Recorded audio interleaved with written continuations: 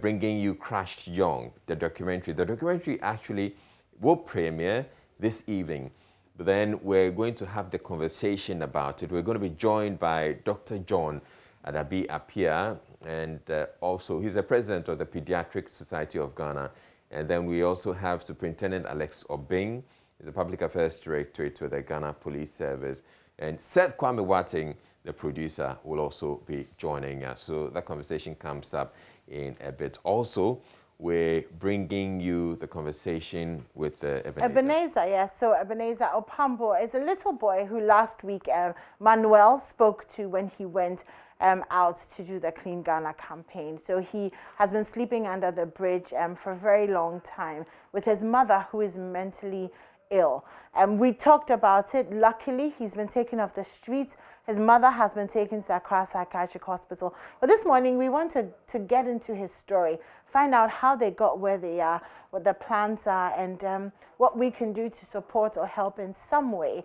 And not just him, but also the young people who are on the streets, and also what happens to children when their parents are mentally ill and on the street. It also brings that conversation to bear. After that, we will be talking, we're staying with young people this morning. We'll be talking about the strike. You know that University Teachers Association of Ghana have been on a strike since August 2nd.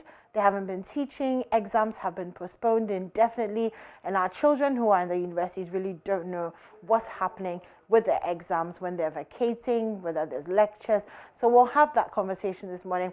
I'm sure if you're a parent and you're listening, you're also wondering what decision you can make to support your kids, whether to bring them home or whether they should stay on campus. And so we will hopefully have some clarity by the end of that conversation so that we can make decisions about our children moving forward.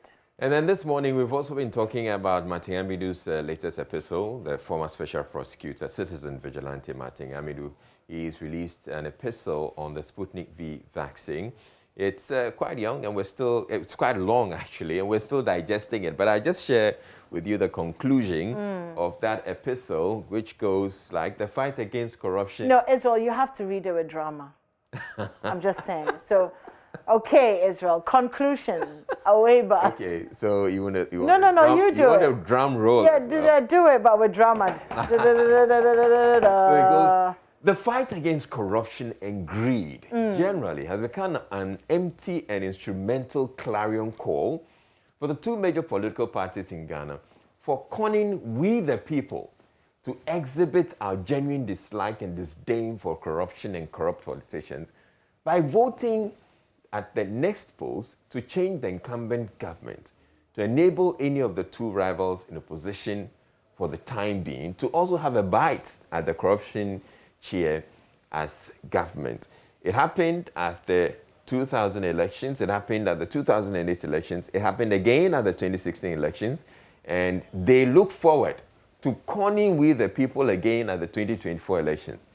This is therefore the time for all patriotic Ghanaians to wake up and with open eyes cease to be like Thomas, whose eyes could not see at this crucial moment of our dear nation's history that requires each of us to sacrifice to defend the 1992 Constitution and put Ghana first. So I'll take this last bit again, because I think there's something missing. Okay. There's an it missing, I'll put it there. This is therefore the time for all patriotic Ghanaians to wake up and with open eyes cease to be like Thomas, whose eyes could not see at this crucial moment of our dear nation's history, that it requires each of us to sacrifice to defend the 1992 Constitution and put Ghana first. Martin ABK Amidu. I feel like we should play the national anthem or something. But yes, interesting. It's actually 5 pages. We've just done about 2.5, some at the beginning, some at the end. So if you go to myjoyonline.com, you should be able to find the document that you can have a read. Of course, Mr. Amidu's views are always very interesting, even though, yeah, the English, yeah, it's a bit difficult. Every time I'm reading his things, I have to have like my tablet or a dictionary, because there's some sort of word that will pop up or some sort of law term. This morning was sign die or something like that. Maybe let me try and break it down. The conclusion. Essentially, he's saying that the fight against corruption and greed generally has become an empty and instrumental clarion call for the two major political parties in Ghana to con the people. So each time they say we're fighting corruption, and then they con the people, and then people believe that, oh, this party is going to do something about corruption. Yeah, yeah. But it's only for them to find themselves in power. And enjoy the largesse, and after a while... Enjoy the who? The largesse. The largesse. The dresses are coming from largesse. Oh, right, okay. It sounds like a beer or a whiskey or something. Okay. Israel is teaching us English this morning. Stop being mischievous. Okay, I'll stop. All right. So yeah, essentially that's the point he's making in it. And so he's saying it's about time that we stood up and got to realize that this is what they're doing to us, and deal with both. Shine your eye. Yeah, shine your eye. Basically, yeah. Okay, so we're talking about Crashed Young. We're bringing you excerpts of the documentary, and then we're going to have that conversation with Seth Kwambatin, the producer, and Dr. John Adabi Apia, president of the Pediatric Society of Ghana. We'll also be speaking with Superintendent Alex Obeng as well. So do stay tuned, but let's watch the excerpts of... And viewer discretion is advised. Some of the images are quite vivid.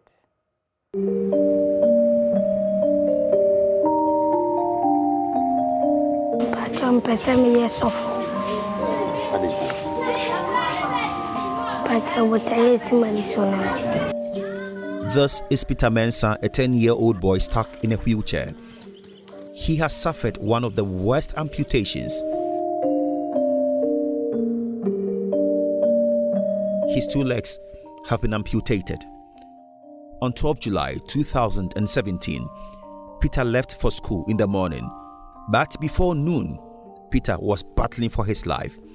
He was only 6 years when this life-threatening disaster struck him.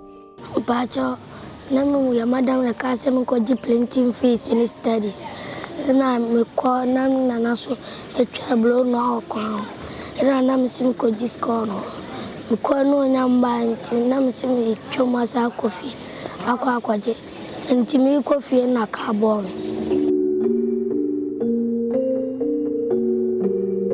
This happened at Ofensumase, a suburb of Ashanti. Peter owed the school only 3 cedis. Peter is now permanently disabled. He is young, but Peter is already feeling the cost of his accident. First, Mayana, no one, and I'm timid down for Kobobo, dear Goloya Bibia. They said, dear, Minan, dear Mintimine, and Kobabia. Intimate swelling until Omunan until I'm the intimate swelling until me and I have it. He spent 8 months receiving care at the Konfonochi Teaching Hospital. Peter really needs psychological and therapeutic help at this stage. This is the point doctors into family medicine like Dr. Nakoka comes in. We believe that the family is a key part, especially when you think about chronic things like rehabilitation, amputations and all. And we come in actually across all the sectors. We could be at the point of the acute care when the patient comes in immediately to the point of managing the patient. Life is not easy for Peter's grandmother, the one he lives with. Auntie Esther, as she is popularly called, has still not recovered from that shock she had when she first saw Moses on the street battling for his life. The mama rare when say Accra one need them. Na me hwese wo sitie aye soma no man ko eba na de asem we se we nya nan ketekete kura me afa bia nsoso ama akura no eno de mamre ho tembi ano ka me stress aban ka akura no won fa no enhwe no mayen won hwe akura no na ne nan no eni ni school semu da won hwe mu ahe na se de edin me hwe akura no a emi hunu de na jukura ya dakura na akura no beda no wode ne nsa wode hye na chiseyi ni woda na me hwe sa aka ni snipa no ya na me hunu de menye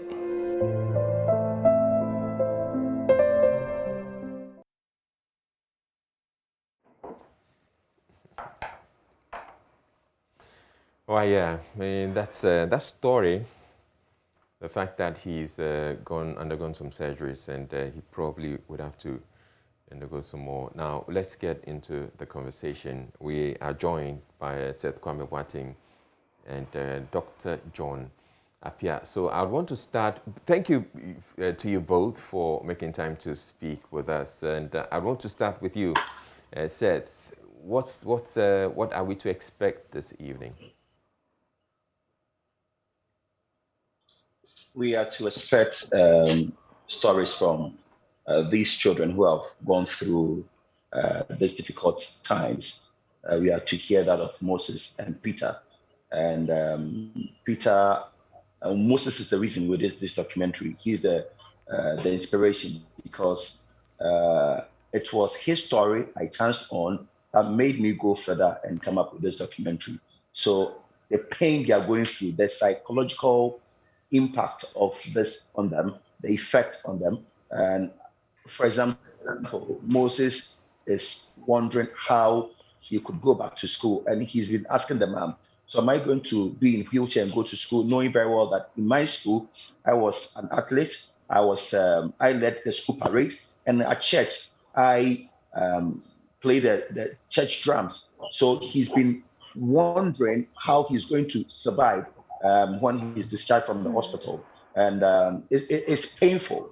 Then when we hear of Peter as well, and I got to know Peter through Dr. David, they worked on Peter, so he can tell you a lot about Peter and how they found Peter the first time that Peter was brought to Confirmatory Teaching Hospital, how this young boy who was 6 years then was sent home to collect 3 cedis as studies and printing fee, got knocked down and was amputated.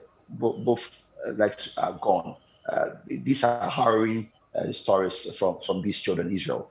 Yes, so I'll come to you, Dr. Adevia Appiah. So tell us more how you, I'm sure you encounter lots of these children in your work. You tell us more about the stories. Israel and the what has shocked me and what has made me cry throughout.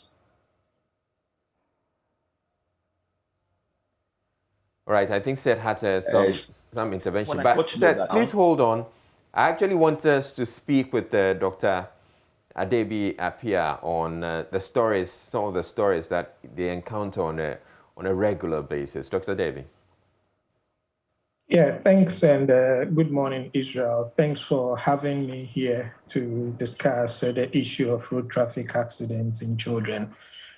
Steph is quite right. In fact, this is just the tip of the proverbial iceberg that we talk about and what is faced by and other health workers.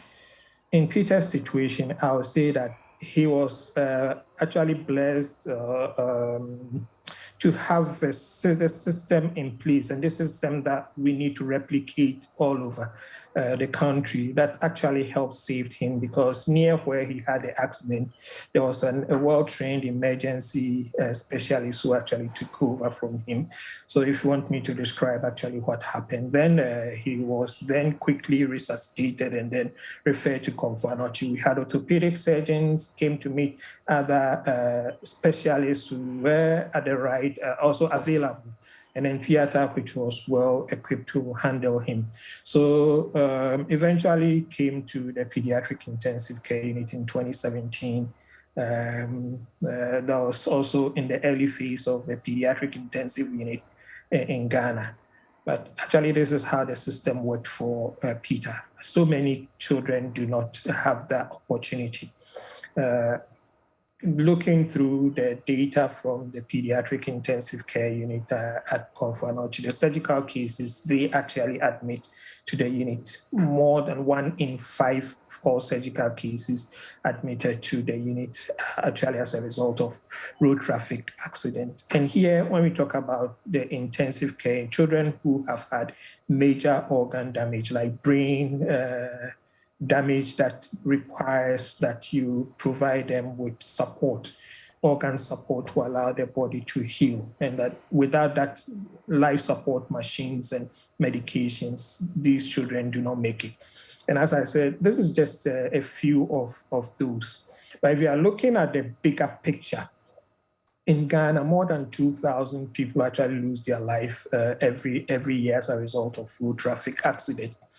And out of this number, actually, almost 500 to 600 of them are children. If I put it vividly for you, you are looking at almost every 2 months, one commercial airline, like commercial airlines we have in Ghana, domestic airlines we have in Ghana, we have one of them crashing every full load of crashing every month.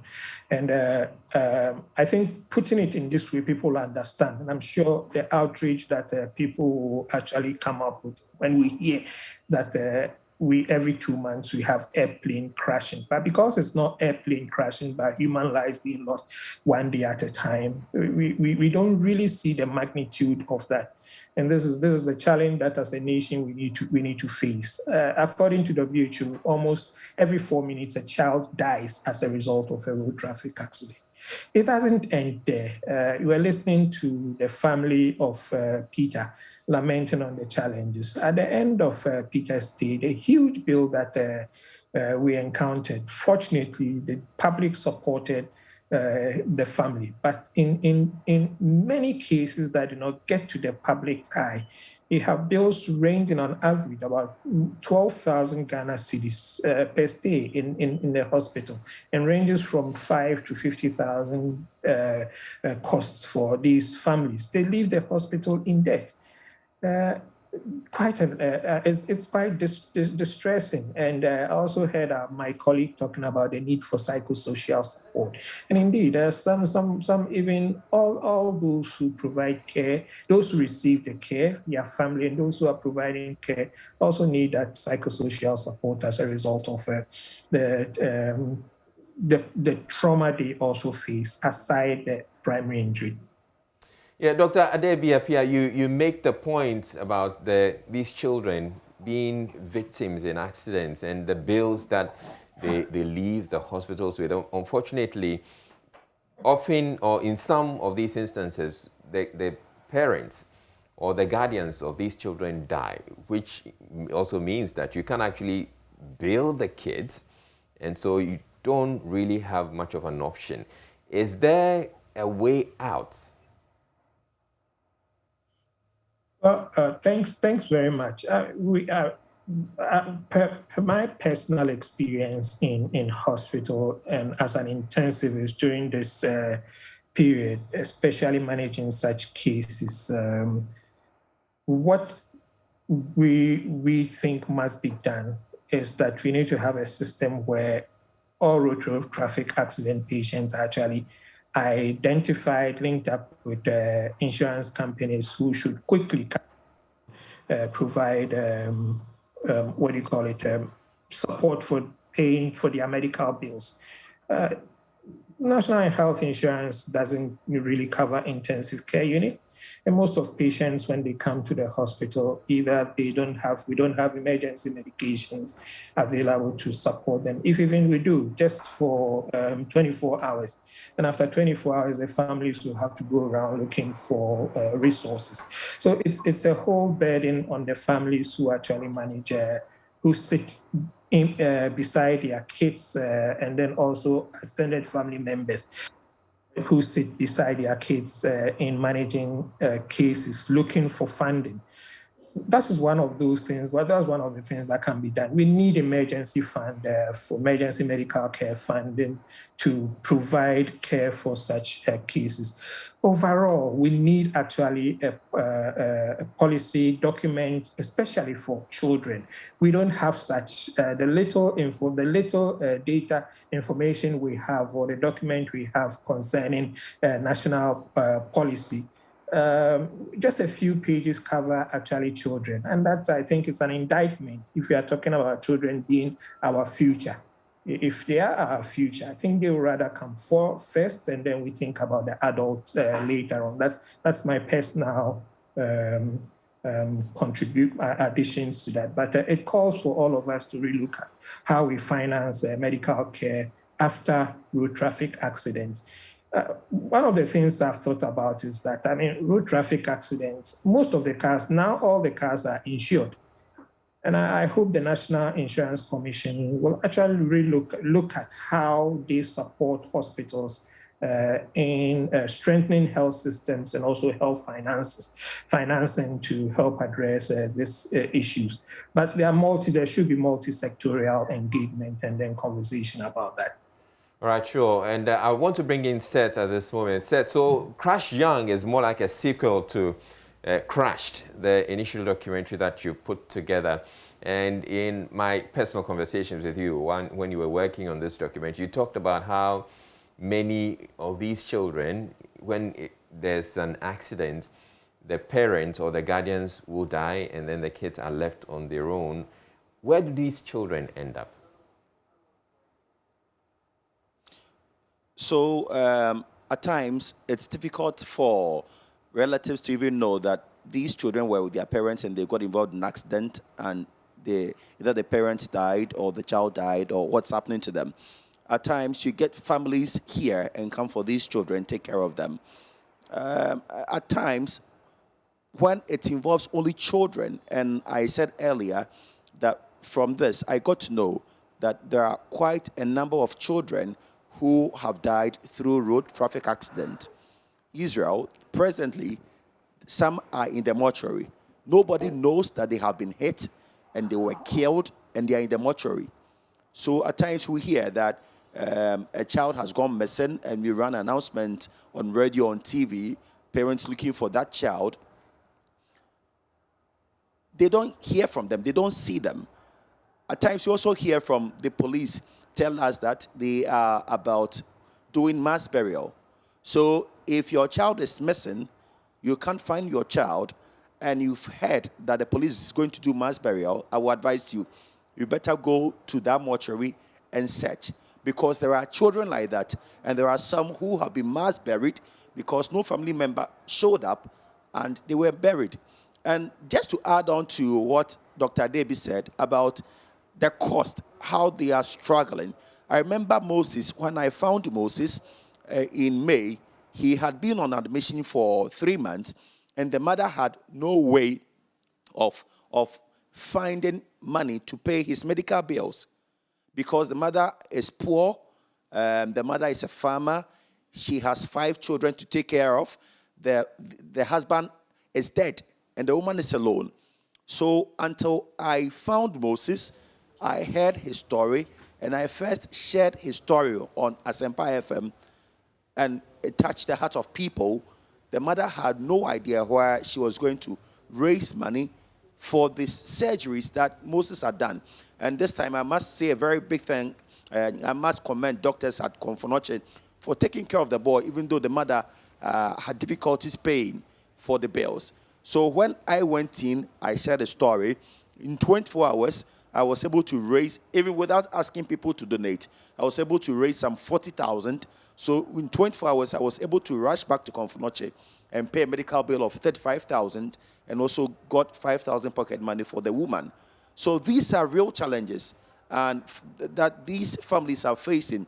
And with Moses especially, he's on admission thinking of how the mother was going to find money and settle the bills, because every morning he sees people who have been discharged and he hears their bill. So for example, one morning he asked the mother, "Ma'am, the guy next to me was discharged yesterday and his medical bill was 6,500 cedis.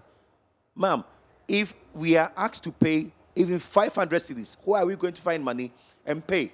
Use that to pay." Wow. Then the mother said, "We will continue praying and God will send helpers our way." So these are real challenges that families are facing, and I think at this time that we had that emergency fund that Dr. David spoke about, so that we can use it to take care of, especially these children. Because when you go to the trauma and orthopedics ward now, there are people, including children, who have been discharged, but they cannot pay their bills, so they are being kept. They are occupying space which others need to occupy and be taken care of. So it's a real issue, Israel. Yeah, indeed, it is a real issue. And even as we have these conversations, the whole idea is so that we can get to appeal to people to get to appreciate the kind of havoc they are causing when they fail to comply with road regulations, or they refuse to. I mean, you're driving, you're on the speed limit, you're not maintaining your vehicles very well. Yeah. So, I mean, these are very worrying, I mean, statistics that Dr. Adeboye was sharing with us. Seth, you know, so we watched Crushed, which was the first part of this, not first part of this documentary, but which was the one that came on. And there were some really vivid images that, you know, stayed with us. Because sometimes we need to see the reality of the numbers. You know, sometimes talking about numbers is just numbers. In this one, are we going to see, you know, those kind of images again? And what kind of impacts do you feel, especially after the first documentary, what kind of impacts are you hoping that this will have, not just on the governments to support, on people to help, but people to actually be accountable and take responsibility for the way that they're driving? So this very one, we have a few of the videos in this documentary as well, because we should not cover up. We have to let the world see what is happening. And anymore, per the statistics we have this year, it appears we are losing about 9 lives every day in Ghana. 9 lives every day. And if we look at the statistics from the Building and Road Research Institute on children, some work they did, they discovered that approximately we were losing 310 children every year in Ghana. So it's like taking a primary school, class 1 to class 6. Each class has 50 pupils. And in a year, we are losing all these from class 1 to class 6.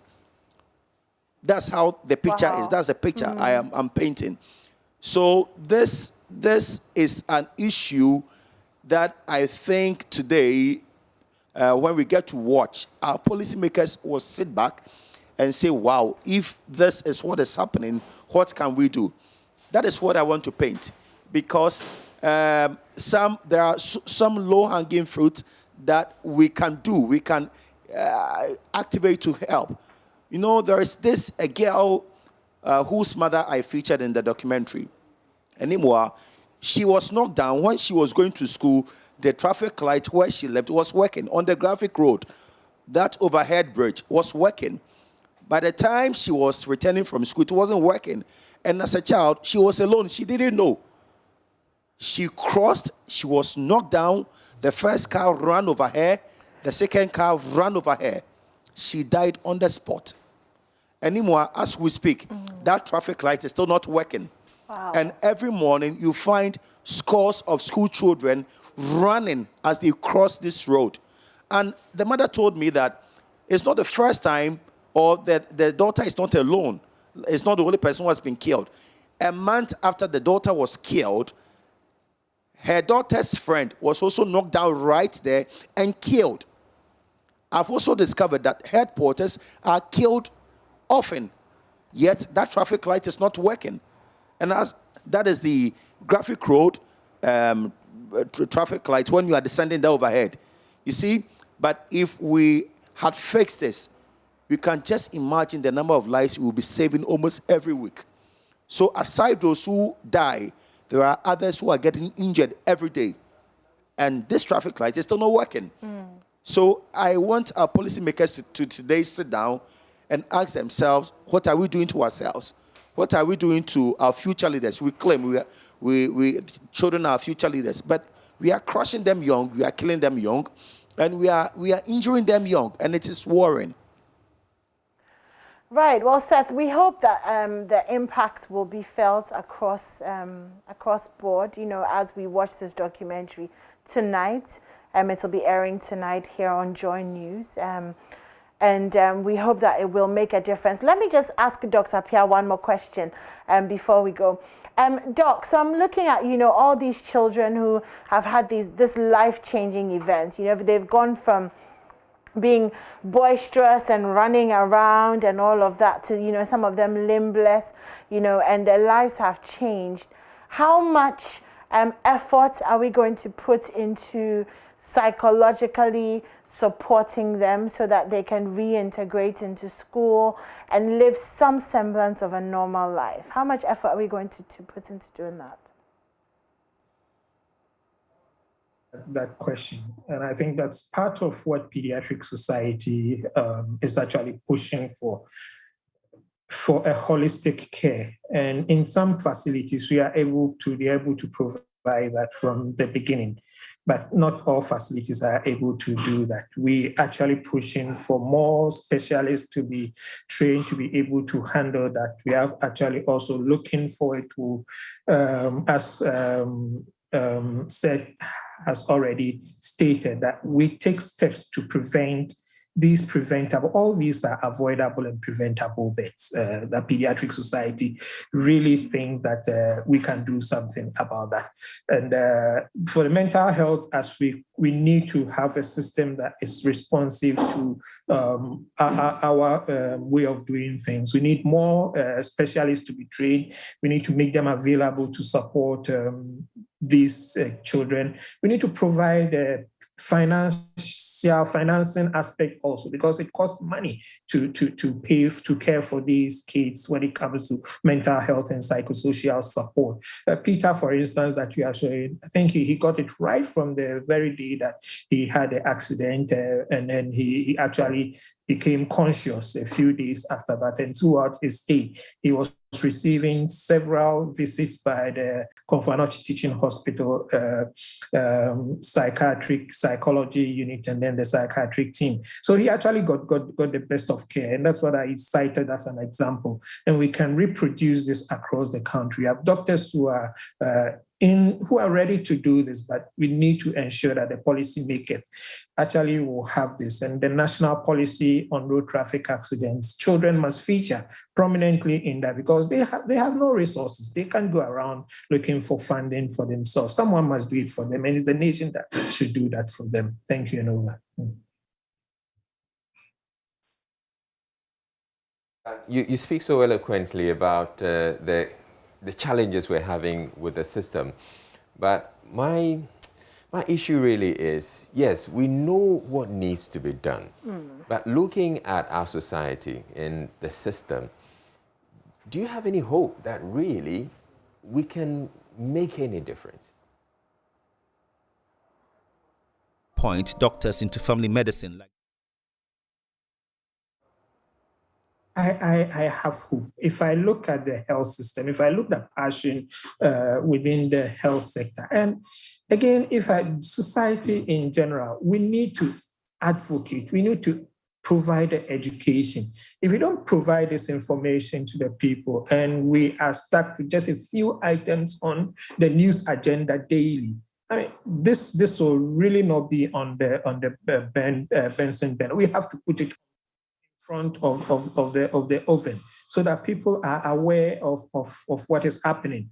And education across board, Pediatric Society has taken it upon itself to engage key stakeholders like Ghana Education Service, Ghana Health Service, the police, law enforcement agencies, the media, to highlight these issues so that we will be able to at least make input into that. And if I see the response of the general public when these things go out, it means people are ready to receive education, receive us very well. But if we don't highlight it, we don't educate and bring it up to the forefront, I don't think anyone will hear us. And it's up to you and me to take this up. I'm hoping that this is not going to be just after 1 month and then everything burns out, that you frequently help Seth put this out and then get people on board. We need to train people right from school kids, get them in school into basic life support. There are a lot of things that we think can be done, first to prevent, two, to reduce morbidity and mortality in the country. And that's the position of Pediatric Society of Ghana. I mean, we can continue talking about these things, but you also appreciate that there are myriad of issues that we have to bring to the fore. And we can't talk about accidents all the time. There are accidents, there's corruption, there's so many things that we have to deal with at the same time. And so at some point, we'll have to rest one and bring up the other. There's only so much time that we can give to all of the issues. You talk about the interventions that saved some of these young people. And look, how many, we're talking about the Komfanochi Teaching Hospital. How many Komfanochi Teaching Hospitals do we have around? And so if it happens in some village somewhere or some town that doesn't have any of these things, it means the children are going to die. And yet it doesn't appear as if the system or the society is willing to actually take care of some of these concerns. Anyone was bringing up the issue about mental health. And we're looking at a system where, who's taking care of mental health? Nobody seems to care about it. How much budget is devoted to that sector? How much budget is devoted to social services? So yes, we can talk about these things, but if we don't have the system supporting it, we can talk about it all we want. Nothing is going to happen, which is why I feel sometimes we're in a very bad situation. Is there anything, and you know, often when these things happen, the general public will come in to support, but how many times can you have the general public support these things? It sometimes appears to be really desperate for us as a people, and I'm worried. Yeah, I understand your concerns and I understand your worry and the frustration that in your voice. I mean, I can sense the frustration in your voice. But remember, some of us, I am some of us who actually have also come across this in in our practice will attest to the fact that we don't have to give up. We don't have to lose hope. And personally, the personal engagement that I have had, especially during Peter's experience with the media, tells me that even the little information that can be put out by the media actually goes a long way to help. It awakens the interest of the public in the subject. We cannot quantify how much this short 30-minute segment that we are doing can bring the discussion to the forefront. And that is what I'm talking about.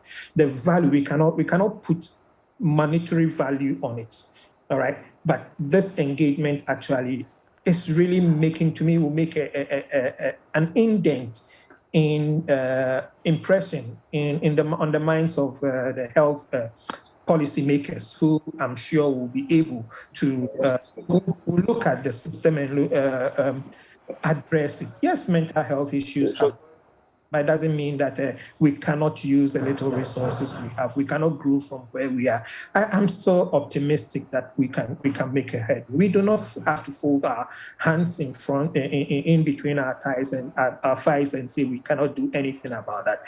We have to be passionate about that. We need to move forward. We need to take a step, if even it's one step at a time. If even we have to crawl, let's crawl, but by all means, let's move. By all means, let's do something. We cannot sit and not do anything. And we will continue to push. Some of the non-government, Pediatric Society is a non-governmental organization made up of child healthcare experts, doctors and nurses mainly. But we also have teachers on board and other parents. A few parents are also on board with us. But this is the channel we have used, and we all can do something. It's not only one individual, one organization, one society. We all have a role to play, and if we play our role well, I think that the society will change. The society just need a few pace setters, those who would really project the good practices, and that good practices will begin to reflect with time. All right. Well, thank you very much, Dr. John Adebi Apia. He's the president of the Pediatric Society of Ghana. But just before we end this conversation, of course, we must speak to the Ghana Police Service because they are at the forefront of this fight. And joining us on the phone lines, Superintendent Alex Obing from the Public Affairs Directorate of the Ghana Police Service. Good morning to you, sir. Good morning, sir. It's good to speak to you once again. And, you know, this is a thing, though. Year on, we've had this conversation. I can't remember the number of times I have had a conversation with you about road traffic accidents, about the figures, and yet the numbers are going up. Why is it not getting better? Thank you very much. Good morning. Good morning. I think the road safety problem that confronts the world and also Ghana is perplexing and has an inadequate solution. And therefore, I'm not surprised there are countless action plans that seek to mobilize the societal resources in order to combat it, because it's an area-wide, multi-agency, and very intricate kind of thing. And therefore, it is always important that countries will focus on the interventions and invest in it and ensure that they are sustained. And if you look at it, it's obvious that. Okay, his line has dropped. That was Superintendent Leslie, especially at traffic lights, people not stopping, you know, motorbikes crossing. So anyways, Superintendent Alex Obeng is back. So hopefully he can just continue for us where he left off. All right. So and our case is not different from elsewhere, because these three factors that are combining to cause these crashes, i.e. the road, the vehicle, and in particular the human behavior manifesting itself in many of these crashes in a way that these crashes are happening which are preventable, but because of the fact that our attitude and behavior are inimical and undermining the safety protocols and intervention, are the very problems that is fueling these crashes. And I'm not surprised that there's much advocacy these days in terms of improvement so far as the roads are concerned, in terms of vehicle safety, and in particular road safety sensitization, publicity, and awareness creation, and of course, intensified traffic enforcement. And until we get these things and the specifics right, and direct investment accordingly and effort, I'm afraid with the emergence of motorcycle as a lead road user class killer, we are likely to see worse. And I hope and pray that all hands will be on deck, and always all of us will be road safety activity-based oriented. Otherwise, it's getting scary. Superintendent Obeng, this is Israel, and you talk about enforcement. And my question to you is, what stops the police from going ahead to enforce? Because for a long time, you in particular have been in charge of education and trying to sensitize the public. But at some point, we need to really enforce. We need to make it clear to people that when they jump the traffic light, they will be made to pay for that. I mean, they will be severely sanctioned. If we're doing a lot more of that, that also tends to deter people. So why aren't we doing so much more of that? I think you are people. I think you are aware, for example, with Seth's earlier crash documentary, it became clear to us that the kind of behavior that motorcycle riders are putting up on our road is beyond imagination. People thought that, I did not be in that documentary, people thought that, people were buying what the motor riders were saying, that because they are afraid that police will arrest them. That's why when they get to realize, they don't stop. But the pictures we saw taught us clearly that no, that even before he's approaching, he's already on top speed, and they were crashing and killing themselves without even police presence. And you watch the video, live feed. And it's a problem when you are dealing with behavior that, and I'm not surprised in Ghana. We also are looking at sensitization. But for us, the period under review, if you look at the data carefully, you observe that compared with the same period last year, we have made over 2,500 arrests, including what you just mentioned. And out of that, over 2,000 have been convicted. And the rest who were convicted, about 11 were the court put them in jail as a deterrent, and the rest, the court has slapped over 1 million Ghana cedis on them as court fines. We hope that we also deter others. However, we also know that some of the incidents that are happening